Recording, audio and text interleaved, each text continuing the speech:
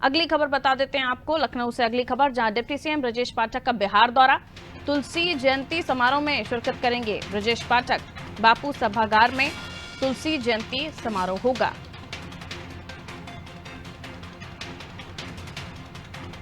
Deputy CM Brajesh Pathak का बिहार दौरा, तुलसी जयंती समारोह में शामिल होंगे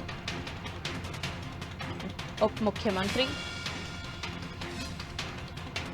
क्या कुछ बिहार दौरे में रहने वाला है, किस तरह से उनका ये बिहार दौरा रहेगा?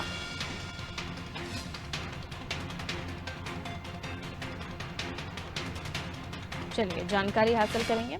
अश्विनी हमारे साथ लगातार बने हुए हैं। ब्रजेश पाठक बिहार जाएंगे अश्विनी, और उनका एक महत्वपूर्ण कार्यक्रम है जिसमें वो शिरकत करेंगे, तुलसी जयंती समारोह, जिसमें वो शामिल होने जा रहे हैं। क्या कुछ कार्यक्रम की खास बातें रहेंगी और बिहार दौरा उनका कितना महत्वपूर्ण सियासी एंगल से भी बताएं।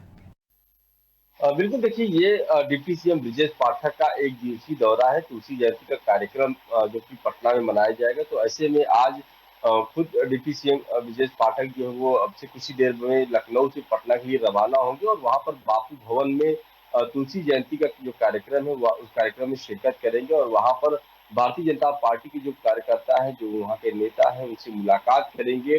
और साथ ही उत्तर प्रदेश में किस तरीके से विकास का कामकाज हो रहा है, बेहतर कानून व्यवस्था को लेकर किस तरीके से काम किया जा रहा है, और खुद डिप्टी सीएम ब्रजेश पाठक स्वास्थ्य मंत्री हैं, तो स्वास्थ्य विभाग को लेकर किस तरीके से कामकाज हो रहा है उसको लेकर चर्चा होगी। और ये कहा जा रहा है कि जिस तरीके से उत्तर प्रदेश का एक छोटा भाई बिहार है, और तो हमेशा जब भी कोई मुसीबत आती है, जब भी कोई समस्या होती है, तो सबसे पहले उत्तर प्रदेश की सबसे नजदीकी का राज्य है, तो ऐसे में एक रिश्ता भी अलग है। तो उसको लेकर भी चर्चा होगी कि किस तरीके से उत्तर प्रदेश में इस वक्त लगातार योगी सरकार कामकाज कर रही है, चाहे वो कानून व्यवस्था को लेकर, चाहे बुलडोजर की बात की जाए, चाहे तमाम विकास की परियोजनाओं की बात की जाए, तो उसको लेकर भी चर्चा होगी। क्योंकि लगातार अगर हम बात करें तो जब भी बिहार में कोई समस्या आती है तो उत्तर प्रदेश सबसे पहले खड़ा हुआ है। तो स्वास्थ्य को लेकर भी चर्चा हुई। खुद डिप्टी सीएम ब्रजेश पाठक स्वास्थ्य मंत्री है, तो हमेशा से बिहार में स्वास्थ्य एक बड़ी समस्या रही है कि स्वास्थ्य को लेकर हॉस्पिटल बेहतर नहीं है, बेहतर व्यवस्थाएं नहीं रहती है। तो इसको लेकर हम तमाम खबरें देखते हैं। उत्तर प्रदेश बड़ा राज्य है, बड़ी आबादी का राज्य है, इसके बावजूद भी बेहतर कामकाज स्वास्थ्य विभाग में कर रहा है। तो इसको लेकर जरूर चर्चा होगी। साथ ही जो चुनावी रणनीति है उसको लेकर भी ये बताया जा रहा है कि चर्चा होगी। बड़े नेताओं से मुलाकात करेंगे बिहार में जो भारतीय जनता पार्टी के हैं। हालांकि कार्यक्रम तो तुलसी जयंती का है, लेकिन इसके माध्यम से जो बड़े नेताएं हैं उनकी उनके साथ भी डिप्टी सीएम की मुलाकात होगी और कई अहम मुद्दों पर चर्चा भी होगी।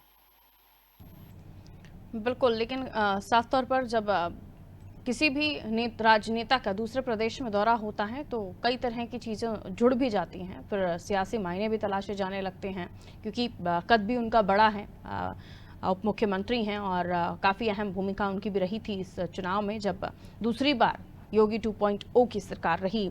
तो ऐसे में अब जाहिर सी बात है, जिम्मेदारियां तो राजनेताओं को मिलती हैं और वो अपने कर्तव्यों का पालन करते हैं, लेकिन जैसे आपने भी कहा कि काफ़ी बड़ा स्टेट है उत्तर प्रदेश, तो उनको अलग अलग जगहों पर जाकर कैसे यूपी के और विकास के बारे में या यूपी के लोगों का किस तरह से और भला हो सके इसके बारे में सोचने का काम वो करते हैं। अब ब्रजेश पाठक को लेकर जब चर्चा होती है तो जो पॉलिटिकल गलियारे हैं, सियासी गलियारे हैं, उनमें ये भी खबरें आती हैं कि कई बार जो राजनेता हैं आपस में उनकी बनती नहीं है, बातचीत नहीं होती है। हालांकि सबके अपने अलग अलग काम हैं। किसी तरह की ऐसी कोई खबर आप हमारे दर्शकों को बताना चाहेंगे ब्रजेश पाठक से जुड़ी हुई, कि इस बिहार दौरे के पीछे कोई अहम जिम्मेदारी उन्हें दिल्ली से भी मिली हो या कुछ और ऐसी कोई जानकारी?